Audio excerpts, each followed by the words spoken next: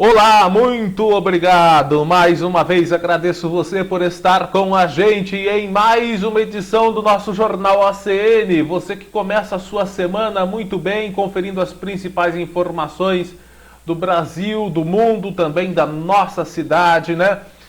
Através do nosso Jornal ACN ou pelo nosso site o Cubo Notícias. Você que está em Porangaba e região, confere os principais fatos aqui pelo nosso jornal ACN, pelo Facebook, também pelo nosso site, pelo nosso canal do YouTube. E eu agradeço você por estar nesta segunda-feira. Já estamos no dia 24 de junho de 2019, já no dia 24 de junho, né, já no final do mês de junho, destacando para você as informações deste último final de semana, também do começo desta semana para você. O final de semana foi movimentado. Foi um final de semana de feriado prolongado desde quinta-feira, em decorrência aí do feriado de Corpus Christi. A maioria emendou e temos aí muitos fatos na região, muitos acontecimentos, alguns deles muito tristes, acontecimentos lastimáveis, mas enfim. Antes de destacar o nosso noticiário aqui da região, nós temos muitas notícias da região, eu quero dar uma dica para você que está pelo Facebook, que acessa o Facebook, né? Você que acessa principalmente grupos, né, do Facebook. Aqui na nossa região, pessoal, a gente acessa muito os grupos para fazer divulgação do Jornal ACN, também divulgação do comércio aqui de Porangaba, né, dos nossos colaboradores, também das notícias escritas do nosso site. E o que nós estamos vendo nos grupos, principalmente da região aqui, e também fora da região, né, é de que está acontecendo aí uma infestação de tentativa de passar vírus para computadores e celulares através de falsas notícias. A pessoa coloca lá uma notícia falsa. Está tendo muita notícia do Neymar com a Bruna Marquezine, com aquela Nájila, que é a garota que está tentando acusar o Neymar de estupro. Enfim, tem muita notícia falsa, coisa assim que você olha e fala, nossa, mas aconteceu realmente isso? E não aconteceu, é fake news. Como o Neymar é uma pessoa de muita visibilidade, né? Como o acontecimento com ele e essa garota Nájila aí, também tem muita visibilidade. A última notícia está dizendo que nesse final de semana o Neymar, a Bruna Marquezine, que é a ex do Neymar, e o Neymar e a ex, a Bruna Marquezine, teriam agredido fisicamente, batido na tal da Nájila. Filha da mãe! Tem uma notícia nesse sentido aí no Facebook. Tem outras notícias também, né? Tem gente dizendo aí, olha, coloca uma foto lá de uma pessoa, essa fulana tá me devendo, mas eu tenho imagens de um relacionamento íntimo dela, assista as imagens, porque essa sem vergonha tá me devendo, me deu calote. Aí a pessoa vai lá, quero ver as imagens íntimas da caloteira, né? Está com a parte de baixo? É claro que estou com a parte de baixo. Ah, tudo bem. Vai lá, clica, pega vírus. Ou quando clica nessas falsas notícias do Neymar ou outras falsas notícias, também pegam vírus. Então eu vou pedir para você que tome muito cuidado quando vê esse tipo de postagem nos grupos do Facebook. E o pior de tudo, né? Esses tipos de publicações tiram a credibilidade de pequenos sites de notícia como o nosso, que é um pequeno site de notícia, mas que tenta trabalhar, ou que trabalha na realidade com o máximo de responsabilidade possível, né? Levando informações sérias, fatos verdadeiros. Aí tem gente que fica receosa de clicar, porque é um pequeno site de notícia, muitas vezes não conhece, né? Tá vendo pela primeira vez ali o link de uma publicação nossa, fala, eu não vou clicar porque é vírus. O Facebook deveria se preocupar mais em bloquear esses tipos de publicações que espalham vírus do que ficar bloqueando divulgações de notícias, divulgações comerciais, dizendo que é spam e muitas vezes bloqueando a conta de quem está trabalhando pela rede social, prejudicando quem está trabalhando e deixando essa cambada de criminosos infestando as redes sociais de vírus. Facebook, abre o olho, né? Abre o olho. Bom, pessoal, vamos às notícias de fato, tá? Essa dica dada para você, essa primeira notícia vem lá de Tatuí. E nos grupos de Tatuí, né, nos grupos do Facebook de Tatuí, tem muito dessas publicações, hein? Muitas dessas fake news, que quando você clica, faz a cópia dos dados do seu computador ou do seu celular, você fica ali hackeado. Quando você vai fazer uma operação de banco e alguma coisa, você digita a sua senha, tem uma pessoa lá do outro lado que colocou o vírus no seu computador ou no seu celular, que pega a sua senha e aplica golpes, né? Isso daí que o Facebook tinha que ficar de olho. Não prejudicar quem está trabalhando ou tentando trabalhar pelas redes sociais. Bom, falando em Tatuí então, um motorista bêbado atropelou um motociclista. Nós colocamos a matéria primeiramente nesse final de semana, falando sobre o atropelamento, aliás, não o atropelamento, mas falando do acidente desse motorista embriagado, que ele tinha batido num muro de uma casa lá em Tatuí. Porém, esse motorista, antes disso, chegou a informação algumas horas depois, antes disso, o pé de cana que estava dirigindo... Eu só bebo latinha. Latinha? Foram quantas latinhas? Umas 4. Atropelou um motociclista. É um motorista de 38 anos, infelizmente não teve a identidade revelada, deveria ter. Bateu o carro contra o muro de uma casa na Avenida Donato Flores, no centro de Tatuí, na noite de sexta-feira. Estava comemorando feriado prolongado, né? Segundo a polícia, o motorista estava visivelmente bêbado, o motociclista foi socorrido. O motorista, aliás, atropelou o motociclista lá em cima, na rua 11 de agosto. E depois, alguns quarteirões depois, ele bateu no muro dessa casa, que inclusive é uma casa de 2 idosos aposentados. E a pergunta é: quem vai arcar com os prejuízos desses idosos, destes aposentados? Que, graças a Deus, ficou apenas no prejuízo material. Não chegou a afetar a vida, né, a integridade física desses 2 aposentados. Ainda bem. Mas quem vai arcar com isso? Bom, vamos assistir a matéria que foi exibida pela TV Tem de Itapetininga, que mostra como foi o acidente de sexta-feira. Recebeu alta um motociclista que foi atropelado ontem à noite no centro de Tatuí. O motorista do carro responsável ainda dirigiu por algumas quadras e só parou depois de atingir um muro de uma casa no bairro Nossa Senhora de Fátima. Um boletim de ocorrência por embriaguez ao volante foi registrado. Seu Otarino tem 81 anos e estava em casa, lavando louça, quando ouviu um barulho assustador na garagem de casa. Quando saiu para ver o que tinha acontecido, ficou surpreso com o muro da garagem destruído, parte do telhado no chão e um veículo entre os escombros. Ali eu peguei, estava para lavar a louça. Na hora que comecei para lavar a louça, a porta estava fechada, eu vi que ele... Falei para ele, entrou um carro na garagem. Abri a porta, e quando era isso aí. Quem também estava em casa é a esposa dele. A aposentada assistia TV na sala quando o acidente aconteceu. Quando que bateu, que deu aquele estouro aí, meu Deus do céu, eu até fechei o olho e eu dei um pulo. Daí eu saí aí, abri a porta, acendi a luz lá fora, tá, que eu vi lá, pelo amor de Deus. O barulho foi tão alto que chamou a atenção dos vizinhos. Dona Rosa tinha acabado de entrar em casa e voltou desesperada, preocupada com o casal. Ela ainda não se conforma com a cena de destruição. Eu tinha acabado de sair com meus cachorros, daí eu entrei para dentro, soltei meus cachorros, daí quando eu entrei, que eu subi a escada ali, que eu escutei aquele barulhão, daí eu pensei que era o gás, que tinha explodido na calçada lá, sabe? Voltei correndo de novo para ver, daí eu já vi gente na esquina aqui. Daí que eu vim ver o que era, o carro estava aqui dentro. Segundo a polícia, minutos antes de atingir o muro do imóvel, o carro já tinha atropelado um motociclista na rua 11 de agosto, no centro de Tatuí. Hoje à tarde ainda era possível encontrar no local peças do carro e da moto.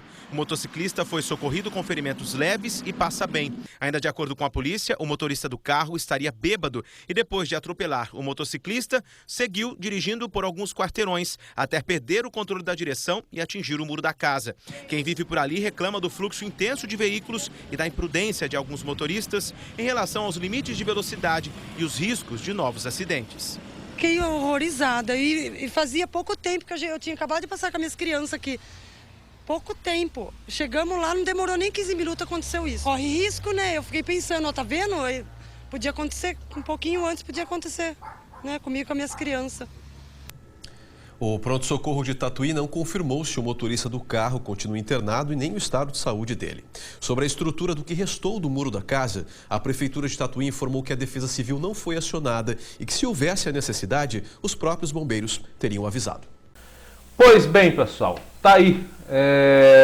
Inclusive a senhora, a mulher que apareceu na matéria, você deve ter visto, precisa de andador, ela tem que se apoiar no andador.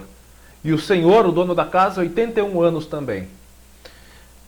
As leis ainda para pessoas que são flagradas embriagadas dirigindo são muito leves. Ah, mas a multa é pesada, é nada.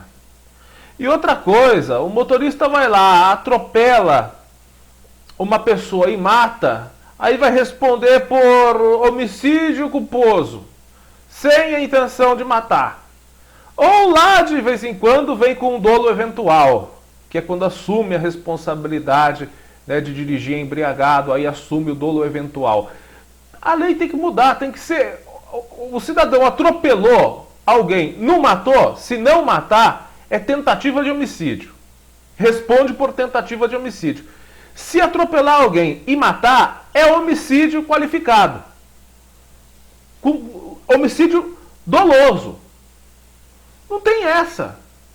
E mandar para a cadeia e deixar ele cumprir pena como homicida, como assassino. Sem essa de dolo eventual, foi culposo, multinha de 3, 4 mil reais, apreende o veículo, daí ele paga a multa, vai lá, retira o veículo, paga para retirar o veículo. Ah, vai doer no bolso, dói no bolso, mas ele vai lá e tira. Vai ficar 1 ano sem carta, não vai poder dirigir. O escambau que ele não vai dirigir por 1 ano, ele vai dirigir sem a carta.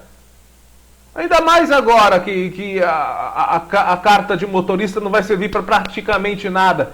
Antigamente você com 20 pontos perdia a carta de motorista por 1 ano. Tinha suspensão da carta de motorista, agora é 40 pontos. Dá para pintar e bordar. Enfim, né? Que Brasil é esse, né, minha gente?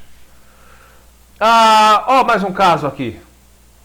Onde há suspeita, inclusive, de que o motorista estivesse embriagado. A polícia identificou em Itaí.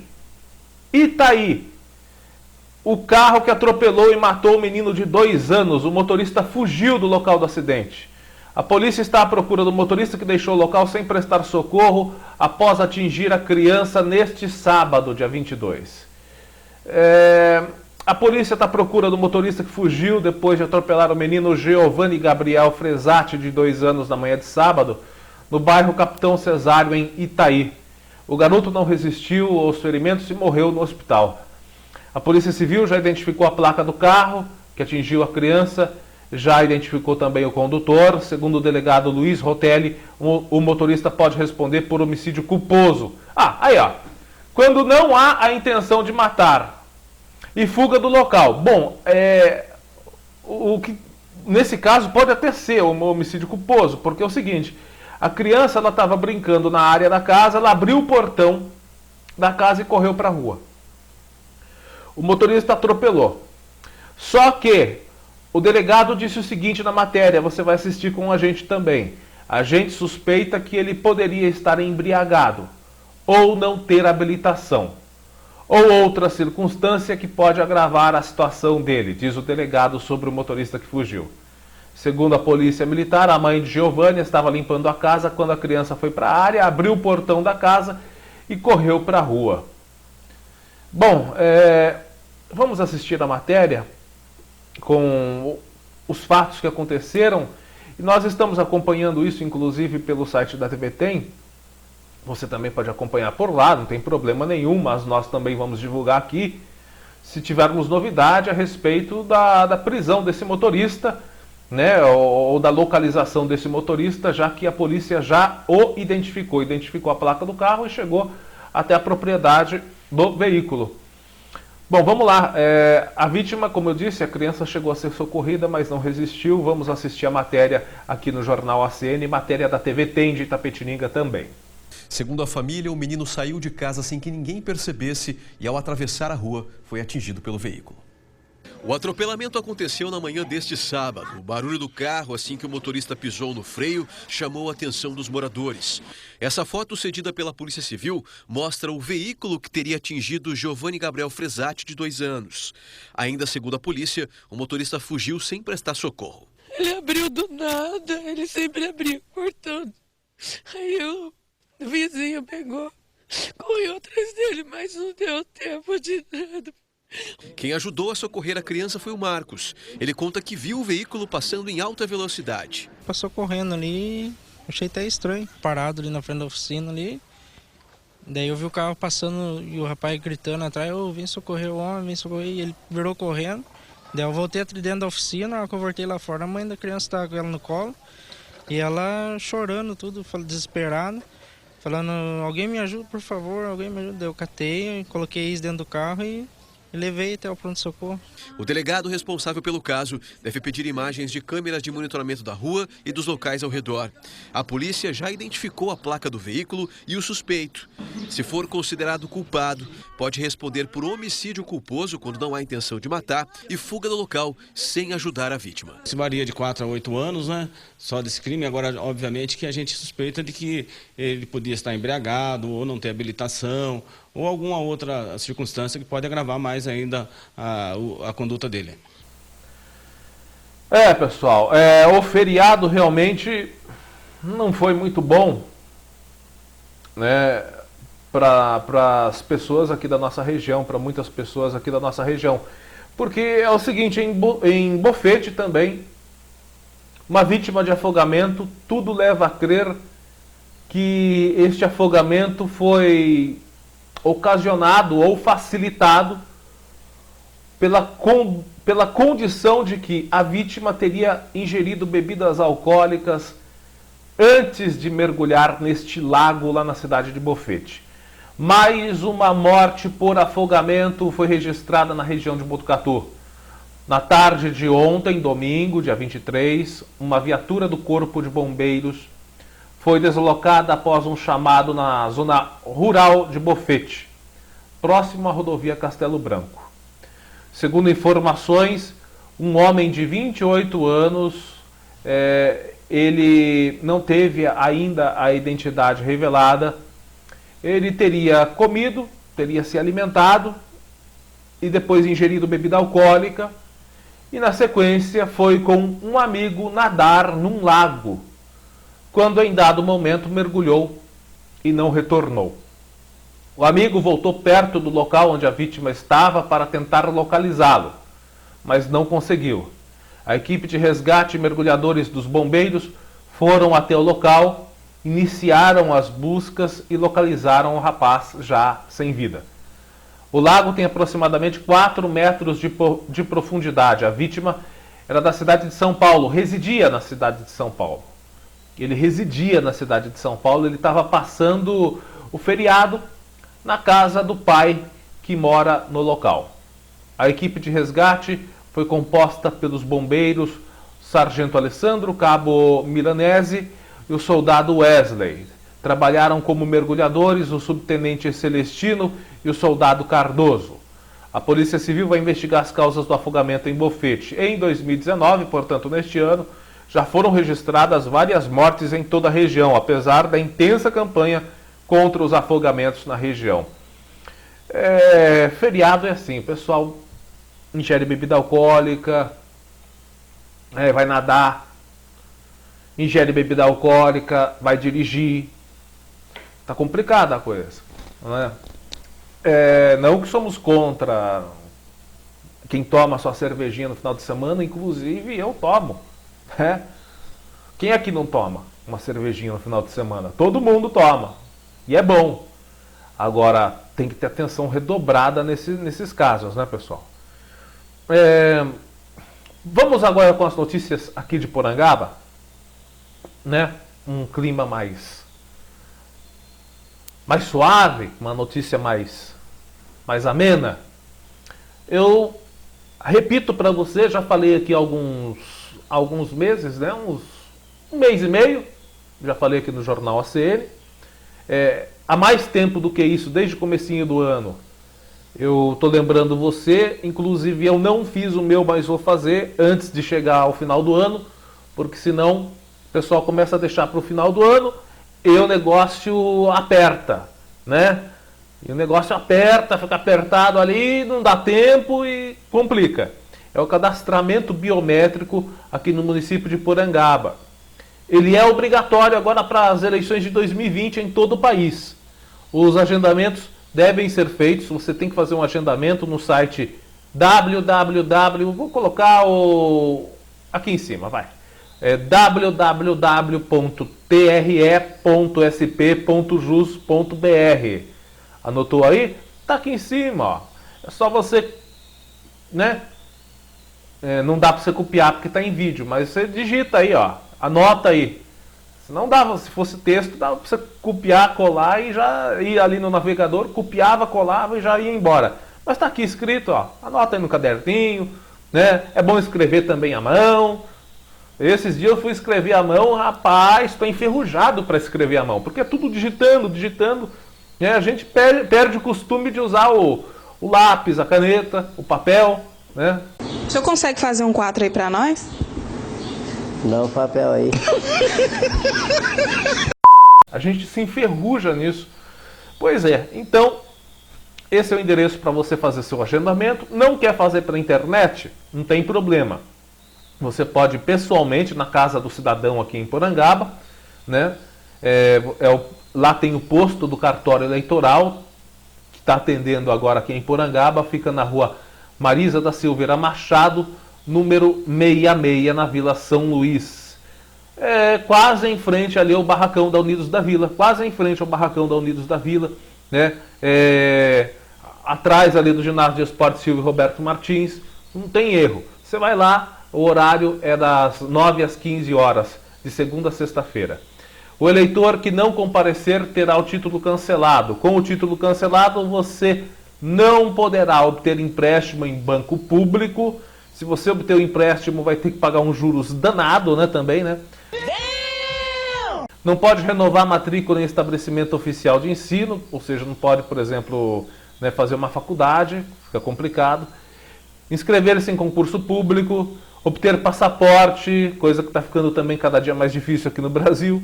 E os documentos necessários para fazer a sua biometria são RG, CPF, título de eleitor, comprovante de residência. Como eu disse, hein?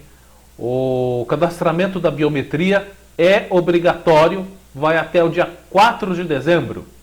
É isso, 4 de dezembro de 2019. Até o dia 4 de dezembro deste ano, porque o ano que vem tem que estar todo mundo cadastrado, porque o ano que vem tem eleições municipais, né? Para escolher prefeitos e vereadores em todo o Brasil. Falando em prefeitos e vereadores, hoje nós vamos falar, né, de política aqui na nossa cidade, né? Não é tanto de política não, né? Envolve aí a política, logicamente, o relacionamento político.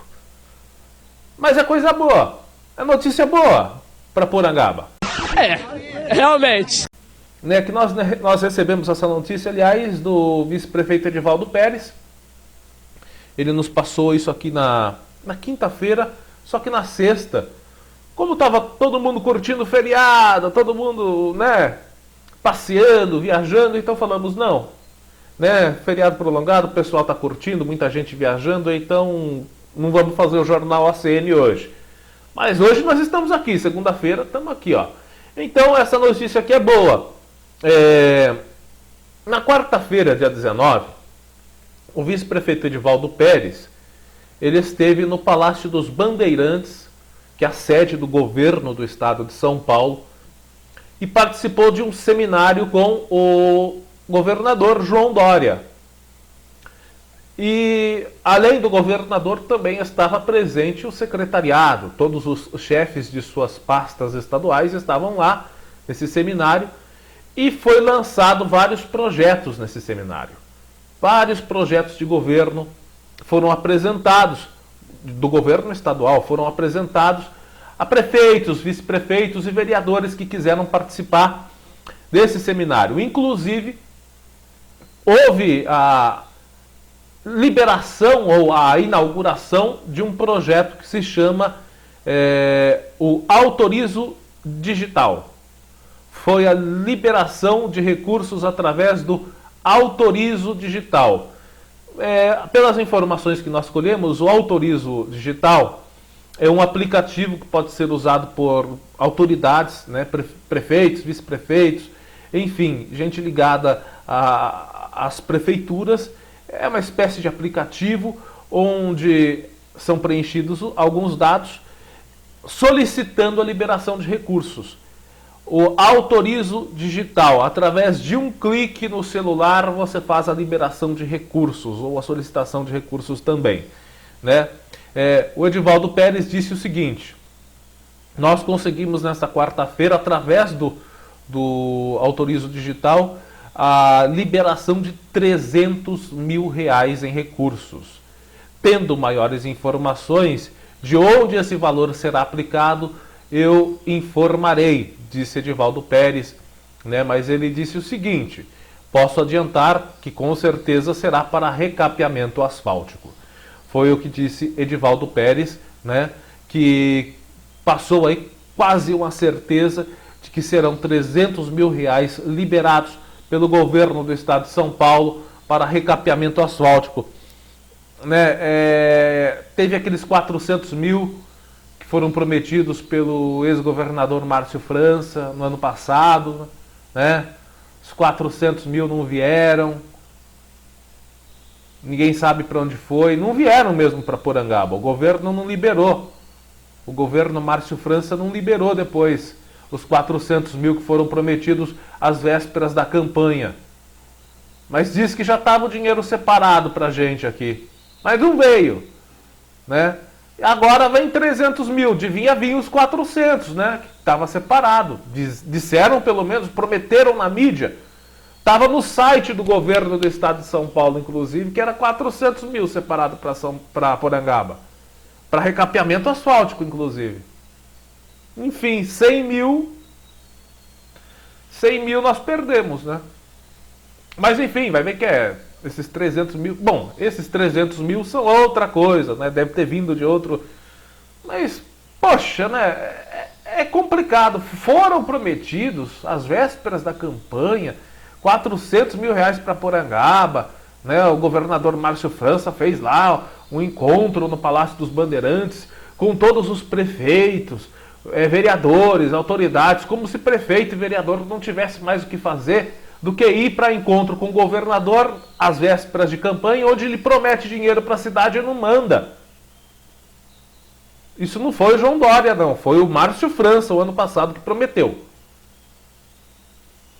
Bom, pessoal, é isso aí. É uma boa notícia, né? Nos passada pelo vice-prefeito Edivaldo Pérez. Quarta-feira, portanto, 300 mil segundo ele, de recursos liberados para... Ainda não foi liberado, está em fase de liberação, né, para esses 300 mil virem para Porangaba. Já foram solicitados, aceitos e estão em fase de liberação, portanto, para provavelmente serem usados no recapeamento asfáltico do município. Foi na quarta-feira isso. Foi no mesmo dia que... Foi no mesmo dia que o João Dória se encontrou com o presidente Jair Bolsonaro, onde ambos fizeram flexões. Aliás, ambos não. Assista as imagens. Que isso?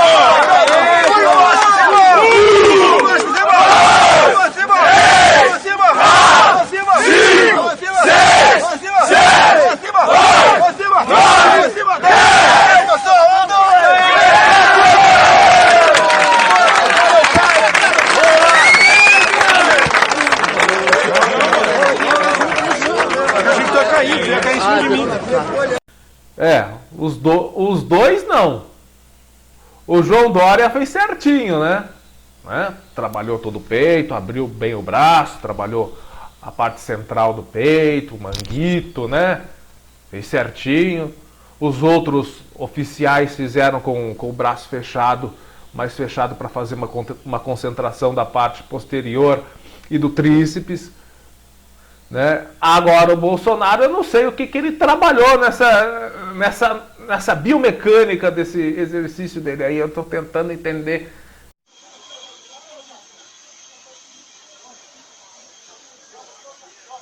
Que grupo muscular o presidente está trabalhando aí? Está dando pescoçada. Especialista, o presidente está se mostrando, além de ser especialista em dar canelada, ele é especialista também em dar pescoçada. Tá roubando bastante na flexão, né? Agora você pegou esse negócio de roubar para sua profissão mesmo. É minha profissão. Vamos finalizando a edição de hoje do Jornal ACN. Nós voltamos na quarta-feira, se Deus quiser. Um forte abraço e até a próxima.